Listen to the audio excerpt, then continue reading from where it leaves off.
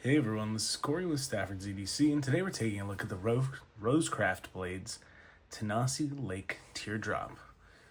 Now, of course, this is a teardrop pattern. This is RCT 017.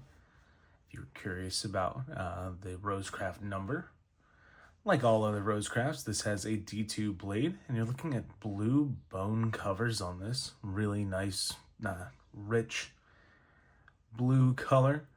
Some of these lean a little more teal, some of them a little more darker. This is a little bit more towards teal, but definitely just like a kind of more standard blue, I'd say, this particular example. Centering is pretty good, maybe just a hair towards the shield side there, but not really off by any measurable amount. That is definitely just being super nitpicky. You have good walk and talk with a solid half stop. As you can see, nice spear point blade with a swedge up at the tip. Long pull here on that shield side. Now you have your other markings on the back. You have your D2 steel with the Rosecraft logo, as well as the model number. And then on this side, you just have Rosecraft, same as the other Rosecraft knives.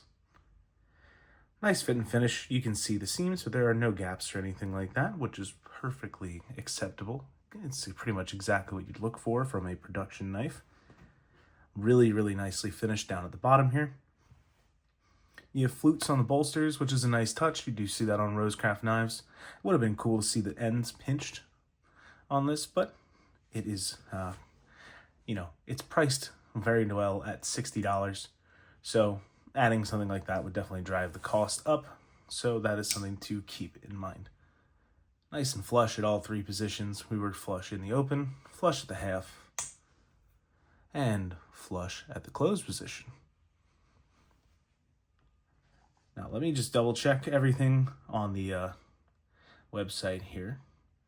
This color is considered Bora Bora blue. If you were curious about the technical name for this blue, that is the bone. It's 3.5 inches closed, which for me is pretty much the smallest I will go on a slip joint. In fact, it's even a little smaller than I would generally prefer. Though the swell in this general design of the teardrop shape does help fill the hand a little bit. It gives you just a little bit more to grab onto, which helps this feel a little more secure in hand. Of course, like I said, definitely smaller than my preference, but that is a really nice size for a lot of people, especially when it comes to slip joints.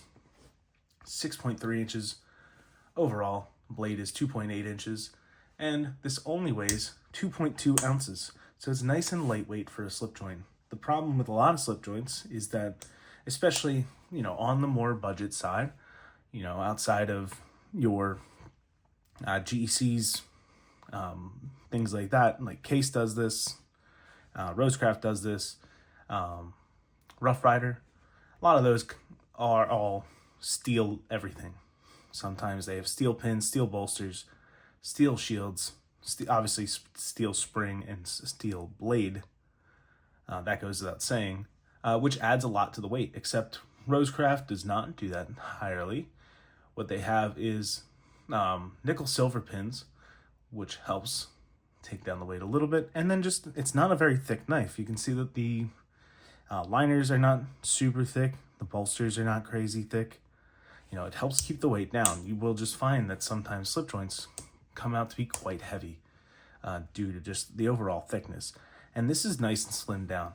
This feels in hand slimmer than some other Rosecrafts that I've had, and I'm not sure if that is true or not, but being nice and light is definitely more of a unique feature.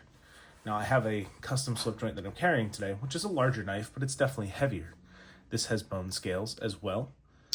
I'm not going to talk about this knife much, just kind of showing you, generally speaking, that the Rosecraft is maybe just a hair thinner.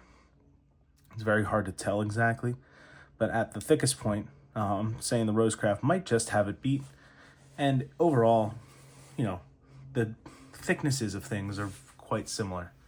Though the Rosecraft is nice and light at 2.2 ounces. Again, it is a smaller knife than the custom I was just comparing it to, so take that with a grain of salt.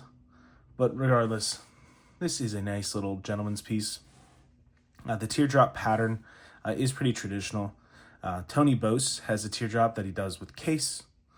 That is one of their vault patterns, I believe, at this point. I'm not sure it's still in production. However, this Rosecraft version is very nice. In fact, I actually like this a lot better. The size is a lot nicer. The spear point's really well done. The swedge looks really great. And of course, the walk and talk, overall fit and finish is phenomenal. And for 60 bucks, it's really hard to beat that. So, if you're interested in one of these, check out the Rosecraft website. Big thanks to Rosecraft for having this guy provided into the pass around group. And with that, thank you guys for watching. Hope you enjoyed. Have a great rest of your day. Thanks and take care.